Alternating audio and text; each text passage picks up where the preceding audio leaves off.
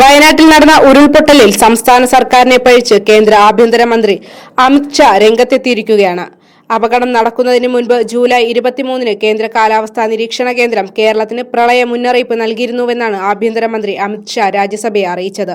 ഒരാഴ്ച മുൻപ് NDRF സംഘത്തെ അറിയിച്ചിരുന്നുവെന്നും അമിത് ഷാ വ്യക്തമാക്കി. എന്നാൽ അമിത് ഷാ 23-ന് കാലാവസ്ഥാ നിരീക്ഷണ കേന്ദ്രം കേരളത്തിൽ വയനാട് ഉൾപ്പെടെയുള്ള വടക്കൻ മേഖലയിൽ നൽകിയത് ഓറഞ്ച് അലർട്ട് ആയിരുന്നുവെന്നാണ് രേഖകൾ വ്യക്തമാക്കുന്നത്.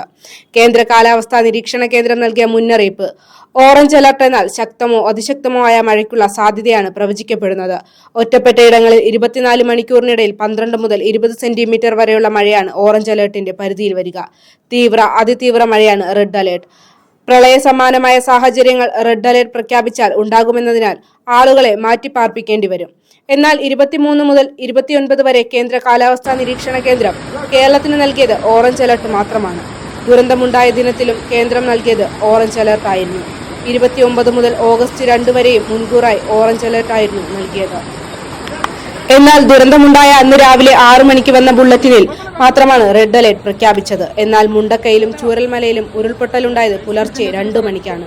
കേന്ദ്ര കാലാവസ്ഥാ നിരീക്ഷണ കേന്ദ്രത്തിന്റേതല്ലാതെ വയനാടിനായി പ്രത്യേകം മുന്നറിയിപ്പ് നൽകിയിരുന്നില്ലെന്ന് സർക്കാർ വൃത്തങ്ങളും വ്യക്തമാക്കുന്നു.